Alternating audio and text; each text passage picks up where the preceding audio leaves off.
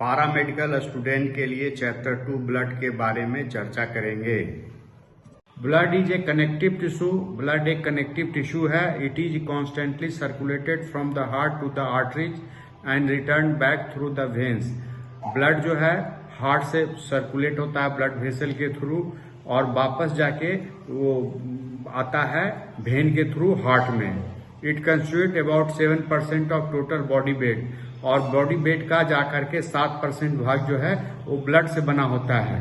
And pH of the blood is 7.35 to 7.46 और blood का pH जो है वो 7.35 से लेके 7.46 तक होता है।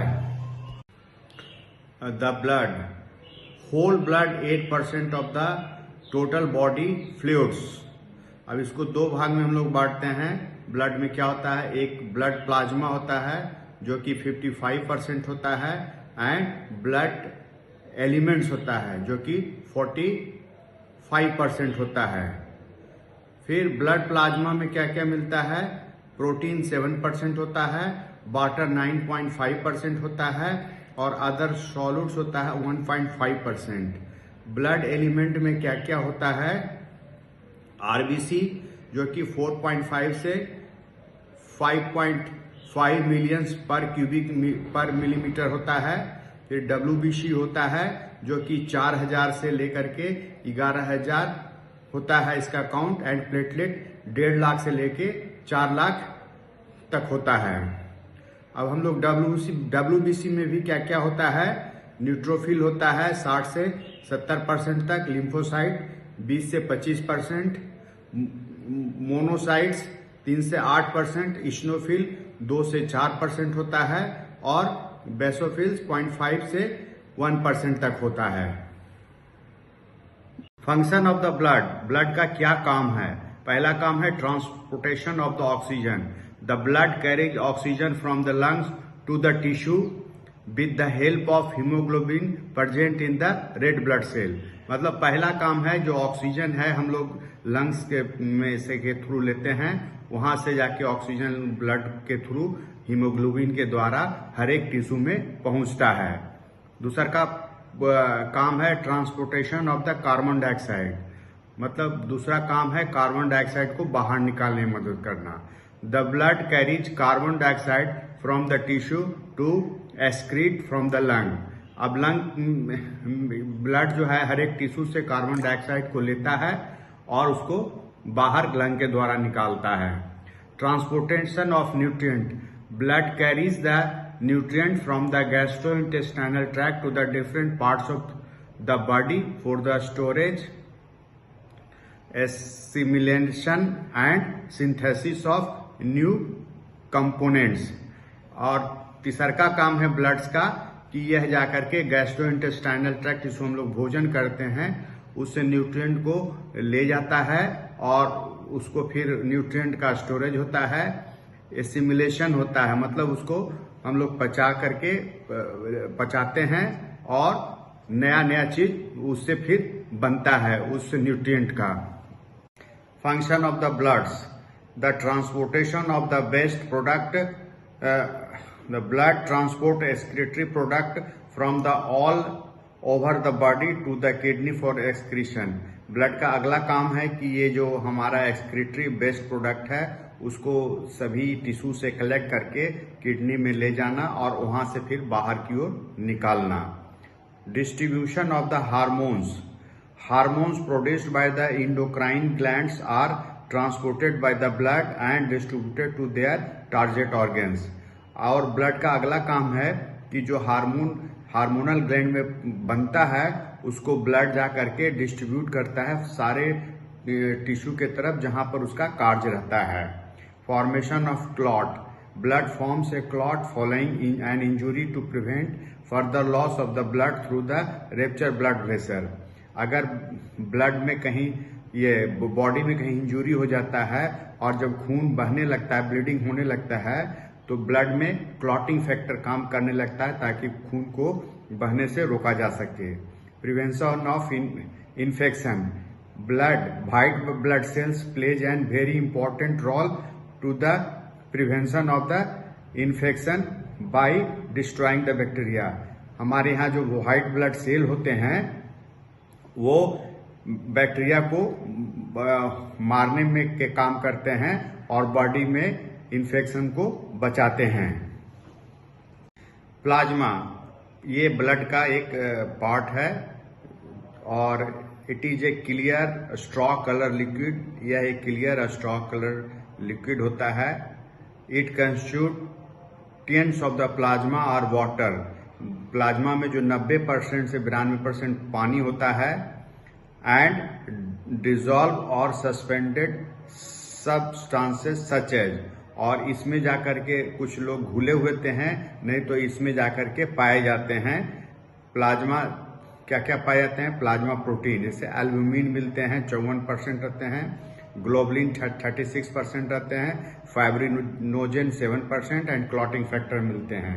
इसके अलावा इनऑर्गेनिक सॉल्ट्स मिलते हैं, nutrient principally from the digested foods. हम लोग जो भोजन करते हैं उससे जो न्यूट्रिएंट आता है वो प्लाज्मा ही थ्रू के जाता है।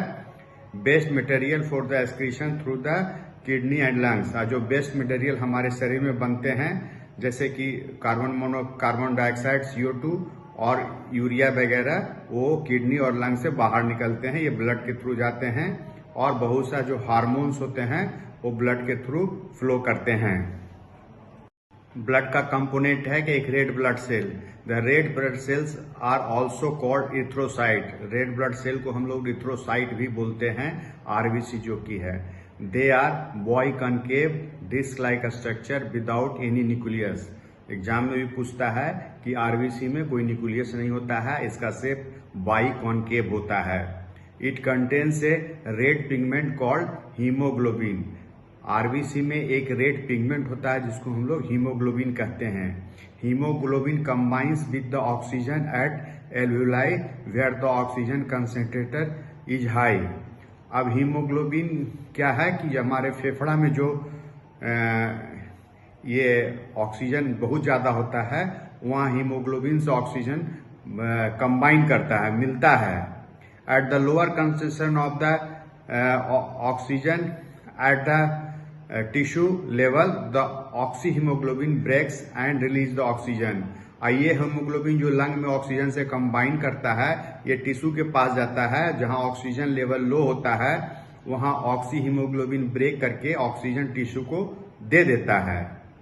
There are 5.5 million RBC in a cubic millimetre of the blood. एक क्यूबिक मिलीमीटर में 5.5 लाख हीमोग्लोबिन RBC पाया जाता है, रेड ब्लड सेल्स, इथ्रोसाइट्स।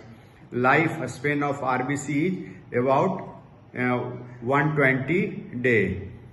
किसी भी RBC का जो लाइफ साइकिल है, मतलब उसको बचता है 120 दिन तक उसका होता है। Haematocrit is the total percentage of blood volume occupied by the red blood cell. Haematocrit क्या होता है कि टोटल परसेंटेज जो होता है RBC का ब्लड में, उसको हम लोग हीमोटोक्रीट करते हैं। नॉर्मल हीमोटोक्रीट इज 47%, 40 to 54% वेरी करता है in the male and 42%, 38 to 46% the female. Normal जो हीमोटोक्रीट है 47% मेल में पाया जाता है एंड 42% इन द फीमेल में पाया जाता है। व्हाइट ब्लड सेल्स, शॉर्ट में WBC भी बोलते हैं। The white blood cells are also known as leucocytes. WBC को हम लोग ल्यूकोसाइट्स भी कहते हैं। These cells possess a nucleus but no haemoglobin. ये इसका चूंकि व्हाइट इसीलिए होता है क्योंकि इसमें पिगमेंट नहीं होता है, इसीलिए इसमें RBC में न्यूक्लियस नहीं होता था, यहाँ WBC में न्यूक्लियस होता है। They play an important role in the body defence mechanism by. यह शरीर में हमको सुरक्षा प्रदान करता है किस किस वजह से? Formation of antibody. WBC के द्वारा एंटीबॉडी बनता है, उससे हम लोग प्रतिरक्षा देता है। फाइटिंग अगेंस्ट जर्म्स, कोई बैक्टीरिया हमें इन्वेड करता है तो उसके विरुद्ध ये लड़ता है। Injection and destroying the bacteria, phagocytosis. और जब बैक्टीरिया शरीर में प्रवेश कर जाता है तो ये उसको जाके इंजेक्शन मतलब निगल लेता है और मार देता है। इस प्रोसेस को हम लोग फैगोसाइटोसिस कहते हैं। Leukocytes are classified into the two types. अब ल्यूकोसाइट्स को भी हम लोग क्लासिफिकेशन करते हैं, उसको बांटते हैं। पहला एक ग्रेनुलर ल्यूकोसाइट्स, इसके अंतर्गत दो आता है, इसमें ग्रेनुल्स नहीं होता है, जैसे एक मोनोसाइट एंड लिम्फोसाइट्स। दूसरा होता है ग्रेनुलर ल्यूकोसाइट्स, इसमें तीन होता है, इसमें ग्रेनुल्स पाया जाता है, जैसे न्यूट्रोफिल्स हो गया, इशनोफिल हो गया एंड बेसोफिल्स हो गया। अगला कंपोनेंट जो होता है ब्लड में वो प्लेटलेट होता है। Platelet are also known as thrombocytes. Platelet को हम लोग थ्रोम्बोसाइट्स भी कहते हैं। They are non nucleated irregular shape cell. ये प्लेटलेट्स नॉन न्यूक्लिएटेड होता है और इसका साइज शेप इरेगुलर होता है। Life span of the platelet is 8 to 11 days. और जो प्लेटलेट का लाइफ होता है, जो बचता है, 8 से 11 दिन तक होता है। They prevent blood loss by the formation of A platelet plugs at the site of injury. जहां चोट लगता है वहां पर जाके एक प्लेटलेट प्लग बनाता है और खून बहने से उसको रोकता है। Haemostasis, bleeding takes place following the injury of the blood vessel. जब कहीं चोट लगता है खून में नली को या आदमी को, तब वहां पर ब्लीडिंग होने लगता है। Subsequently bleeding stop due to haemostasis. This consist of a series of action. आज जब ब्लीडिंग होता है तो ब्लीडिंग अपने आप बंद होता है एक प्रोसेस के द्वारा, जिसको हीमोस्टेसिस कहते हैं, जिसमें कई प्रकार के प्रक्रियाएं होती है। पहला प्रक्रिया आता है vasoconstriction. Platelet become in contact with the damage blood vessels and become sticky. अब प्लेटलेट कहाँ, जहां डैमेज ब्लड वेसल होता है वहां पर जाता है और उससे सटता है ब्लड वेसल से। And the platelet adhere to the damage cell wall. अभी हम लोग पढ़े थे कि प्लेटलेट जाकर के डैमेज ब्लड वेसल के पास जाता है, वहां सटता है और डैमेज ब्लड वॉल से सट जाता है। They also liberate serotonin and produce vasoconstriction. और ये जो प्लेटलेट सटता है तो वहां जाके एक केमिकल रिलीज करता है जिसको सेरोटोनिन कहते हैं, और यह पुनः वासोकंस्ट्रिक्शन करता है, मतलब ब्लड वेसल को सिकुड़ देता है। वासोकंस्ट्रिक्शन मतलब सिकुड़ करके पतला कर देता है। Platelet plug formation, adherent platelet liberate AD, adenosine diphosphate बोलते हैं, ADP, which attract more platelet from a platelet plug. This plug seal the injury site. अब क्या है, जब प्लेटलेट उसमें एडहेयर करता है इंजुरी साइट में, तब जाकर के वहां पर एक केमिकल रिलीज करता है जिसको एडीपी बोलते हैं, एडिनोसिन डाइफॉस्फेट। ये क्या करता है कि और अधिक प्लेटलेट को वहां पर बुला करके और जो इंजुरी हुआ था ब्लड वेसल उसको पूरा सील कर देता है और ब्लीडिंग को स्टॉप कर देता है। फिर अगला प्रोसेस है coagulation. A number of clotting factor activate each other in an specific order as shown in the figure 2.2। Finally fibrin is form which stabilises the platelet plug. और उसके बाद क्लॉटिंग फैक्टर काम करने लगता है। ब्लड में कई क्लॉटिंग फैक्टर है जो कि ब्लड में जमने का काम करता है और ब्लीडिंग को रोकने का काम करता है। ये जाकर के एक फाइब्रिन प्रोड्यूस करता है जो एडहेरेंट प्लेटलेट प्लग है उसको और स्टेबलाइज कर देता है। आगे हम लोग इस फिगर में बताएंगे। Blood group, the surface of red blood sales carries different type of protein called the antigen. जो आरबीसी होता है उसके सरफेस पर कई प्रकार का प्रोटीन मिलता है, उसको हम लोग एंटीजन बोलते हैं। These antigens are inherited and determine the blood group of an individual। ये जो एंटीजन होता है वो जन्म से हम लोग एक पीढ़ी से दूसरे पीढ़ी में आगे जाता है और ये आगे चल करके सभी आदमी का ब्लड ग्रुप निर्धारण करने में मदद करता है।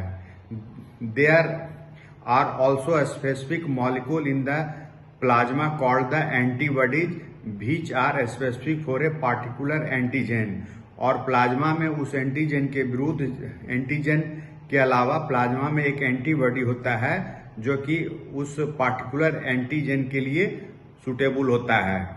When a foreign antigen enters in the blood it react with the corresponding antibody and the antigen antibody reaction takes place. और जो एंटीबॉडी होता है, अगर कोई बाहरी एंटीजन ब्लड में प्रवेश करता है तो ये एंटीबॉडी उस एंटीजन से रिएक्शन करता है और बॉडी में एक एंटीजन एंटीबॉडी रिएक्शन होने लगता है। ABO grouping. Based on the type of antigen present on the surface of red blood cell, the entire population is divided into 4 types of the blood group. अब RBC पर जो antigen है उसके basis पर जाके क्या होता है ना, पूरे पॉपुलेशन को 4 ब्लड ग्रुप में हम लोग विभाजित करते हैं. They are called A, B, A B and O. मतलब 4 प्रकार का ब्लड ग्रुप होता है. एक होता है ए, दूसरा बी, तीसरा का ए बी एंड चौथा O. A person with the blood group A has antigen on RBC and group B has antigen B and group AB has antigen and AB and group O has no antigen. कोई person अगर blood group ए है तो उसके RBC पर A antigen होगा. अगर कोई person B group का है तो उस एंटीजन बी होता है. और कोई person A B blood group का है तो उसमें दोनों प्रकार का एंटीजन होता है, antigen A and antigen B. And group O वाला पेशेंट के में कोई भी आरबीसी पर एंटीजन नहीं होता है.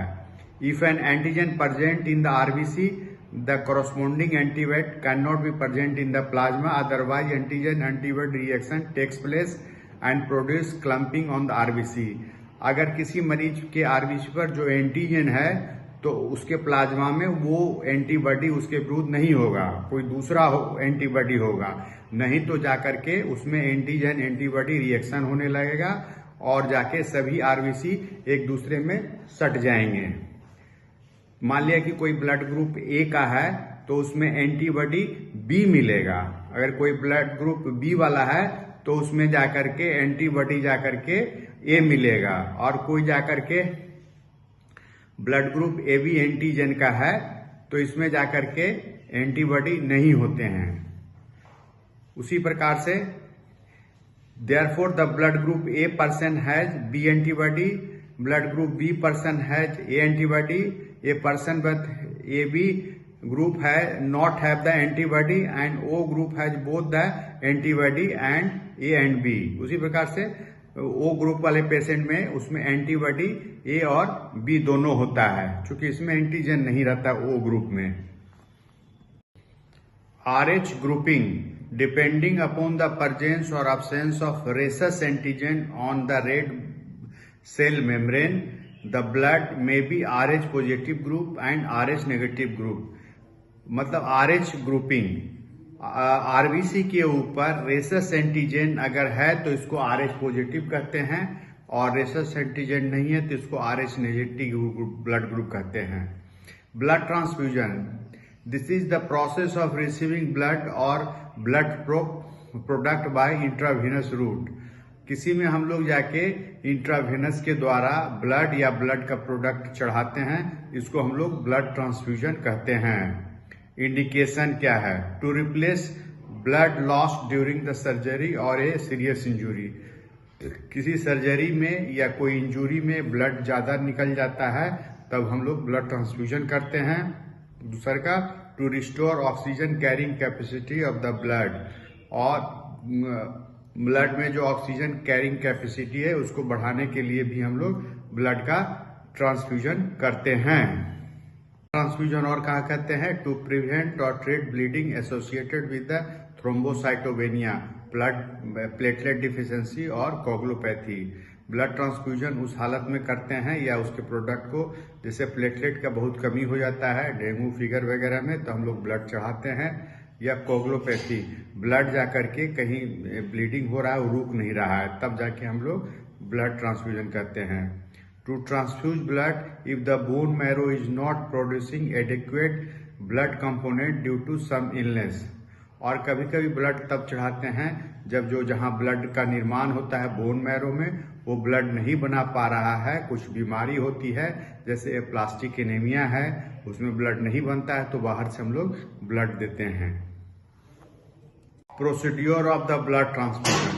ब्लड ट्रांसफ्यूजन के लिए हम लोग क्या प्रोसीड्योर अपनाते हैं, क्या मतलब अपनाते हैं? पहला, explain the procedure and take informed consent. सबसे पहले मरीज को हम लोग बताते हैं कि हम लोग ब्लड ट्रांसफ्यूजन में क्या करेंगे और उसे एक सहमति पत्र लेते हैं. रिकॉर्ड बेसलाइन वाइटल पैरामीटर, और मरीज का जो है ना पैरामीटर नापते हैं, जैसे पल्स है, बीपी है, इत्यादि, टेम्परेचर वगैरह, इसको बोलते हैं vital parameter. Check the blood bag for an identification number, ABO group and RH incompatibility. Blood जहां कलेक्ट करते हैं उसको ब्लड बैग बोलते हैं, उसमें एक नंबर और नाम चढ़ाते हैं किसका ब्लड है, और उसमें एबीओ ग्रुपिंग लिखते हैं एंड RH इनकम्प्लीटिबिलिटी लिखते हैं। Check the name of the patient, registration number and date of expiry. किसी को ब्लड अगर हम लेते हैं तो उसका हम पेशेंट का नाम लिखते हैं, रजिस्ट्रेशन नंबर लिखते हैं, और ये ब्लड कब तक यूज होगा उसका एक्सपायरी डेट लिखते हैं। ब्लड और blood product must be checked and identified by the 2 expert. और जो ब्लड प्रोडक्ट है उसको चेक करते हैं और साथ में जाके 2 आदमी जो एक्सपर्ट होता है उससे भी हम चेक करवाते हैं ताकि इसमें किसी क्लरिकल एरर की गुंजाइश ना हो। Establish intravenous cannulation and infuse normal saline. पहले जाकर के IV लाइन को लगाते हैं और उसमें थोड़ा सा नॉर्मल सलाइन देख के देखते हैं ताकि ये पेटेंट है कि नहीं। Connect with the blood bag and adjust the flow to deliver blood at a calculated route. और उसके बाद में ब्लड बैग को उसमें जोड़ते हैं और उसका स्पीड को देखते हैं कितना देर में हमको ब्लड चढ़ाना है। Watch for the sign of transfusion reaction such as a fever, chill and wheezing. और ब्लड चढ़ाने के बाद हम लोग देखते हैं कि कोई रिएक्शन तो नहीं हो रहा है। जैसे कि रिएक्शन होगा तो मरीज को फीवर, बुखार होने लगेगा, चिल्स मतलब ठंडा लगने लगेगा, और वीजिंग मतलब सांस लेने में दिक्कत होने लगेगा। If transfusion reaction appear, record the vital and stop the further transfusion. अगर ट्रांसफ्यूजन रिएक्शन होने लगता है तो उसके पेशेंट का वाइटल लेते हैं और ब्लड ट्रांसफ्यूजन को रोक देते हैं। If there is no such reaction within the 50 minutes, transfusion may be continue at a predetermined rate. अगर 15 मिनट तक किसी प्रकार का रिएक्शन नहीं होता है तो ट्रांसफ्यूजन को हम लोग जारी रखते हैं कि कितना देर में हमको ब्लड चढ़ाना है। Record vital sign at the end of the procedure. अब जब ब्लड चढ़ा लेते हैं तो मरीज का वाइटल साइन लेके रखते हैं, पल्स है, BP है, टेम्परेचर है। ब्लड डिसऑर्डर, ब्लड में भी कई प्रकार का जो दिक्कत होता है, बीमारी होता है, क्या क्या होता है। एनीमिया, एनीमिया खून के कमी को कहते हैं। Anaemia is the inability of the blood to carry enough oxygen to fulfil the requirement of the entire body. Anaemia एक कंडीशन है जिसमें कि जो हमको लंग्स में ऑक्सीजन लेते हैं वो जाके बॉडी में सभी जगह पहुंचाने में समर्थ नहीं होता है। This is due to low haemoglobin level और फॉल्टी हीमोग्लोबिन। यह 2 कारण से हो सकता है, या तो मरीज में हीमोग्लोबिन लेवल कम हो या हीमोग्लोबिन हो लेकिन वो काम नहीं कर रहा है। Polycythaemia, a clinical condition associated with large number of RBC in the blood. Polycythaemia में क्या होता है कि RBC संख्या जो नॉर्मली 5.5 लाख पर क्यूबिक मीटर होता है, इससे काफी ज्यादा बढ़ जाता है, 10 लाख 15 लाख तक हो जाता है। This increases the blood viscosity, slow the blood flow and increases the risk of intravenous clotting. और ये क्या होता है, ब्लड को विस्कस थिक कर देता है और जो ब्लड फ्लो होता है वो धीरे हो जाता है और इंट्रावेनस नस में अंदर क्लॉटिंग अपने आप होने लगता है। एक होता है leukopenia. Leukopenia means white blood cell less than 4000 per cubic millimetre. लीकोपेनिया मतलब WBC काउंट काफी कम हो जाता है, ये 4000 से कम होता है। नॉर्मली WBC काउंट 4000 से 11000 होता है। It may occur following severe microbial infection और ड्यू टू इरिडिएशन और इंजेक्शन ऑफ साइटोटॉक्सिक ड्रग। ये तभी होता है जब बहुत बैक्टीरिया का इन्फेक्शन हो जाए या मरीज को कैंसर में रेडिएशन देते हैं तब हो जाए, या कोई साइटोटॉक्सिक ड्रग उसको कहते हैं जो कि कैंसर वगैरह में हम लोग जो ड्रग देते हैं उसको साइटोटॉक्सिक ड्रग बोलते हैं। ल्यूकोसाइटोसिस, ल्यूकोसाइट काउंट में increased in response to any acute or chronic infection which return to normal following control of the infection. Leukocytosis सब कहते हैं जब WBC काउंट जो है ना काफी बढ़ जाता है इन्फेक्शन या क्रोनिक इन्फेक्शन में, और जब इन्फेक्शन कंट्रोल हो जाता है तो ल्यूकोसाइट्स का जो काउंट होता है नॉर्मल हो जाता है। When leukocyte count is persistently raised without any body protective reaction, it is called leukocytosis. जब ल्यूकोसाइटोसिस काउंट जो है ना काफी कोई भी प्रोटेक्टिव बिना इन्फेक्शन के बढ़ जाता है तो उसको हम लोग ल्यूकोसाइटोसिस कहते हैं, increase in blood WBC count. Leukaemia क्या है? एक ब्लड कैंसर को हम लोग बोलते हैं। It is a malignant proliferation of white blood cell precursor by the bone marrow. ये क्या है कि मैलिग्नेंट बहुत ज्यादा ब्लड RBC इसमें बनने लगता है बोन मैरो के द्वारा। It may be acute myeloblastic leukaemia, acute lymphoblastic leukaemia, chronic myeloid leukaemia और क्रोनिक लिम्फेटिक ल्यूकेमिया। ये जो ब्लड कैंसर ल्यूकेमिया जिसको हम लोग बोलते हैं, यह 4 प्रकार के हो सकता है, जैसे acute myeloblastic leukaemia, acute lymphoblastic leukaemia, chronic myeloid leukaemia और chronic lymphatic leukaemia. Thrombocytopenia, platelet count less than 1,50,000 per cubic millimetre is called thrombocytopenia. अगर कोई प्लेटलेट काउंट 1.5 लाख से कम हो जाए तो उसको हम लोग थ्रोम्बोसाइटोपेनिया बोलते हैं। Spontaneous capillary bleeding associated with the thrombocytopenia only occur when the platelet count drops down to the 30,000 per millimetre और लेस। अपने आप ब्लीडिंग तभी संभव होता है जब प्लेटलेट काउंट 30,000 से कम होने लगता है, तब चिंता की बात होती है। धन्यवाद। ये वीडियो अगर आपको पसंद आए तो इसे लाइक करें, शेयर करें और चैनल सब्सक्राइब करें। चैनल सर्च करें @DR उमेश मेडिकल से करें।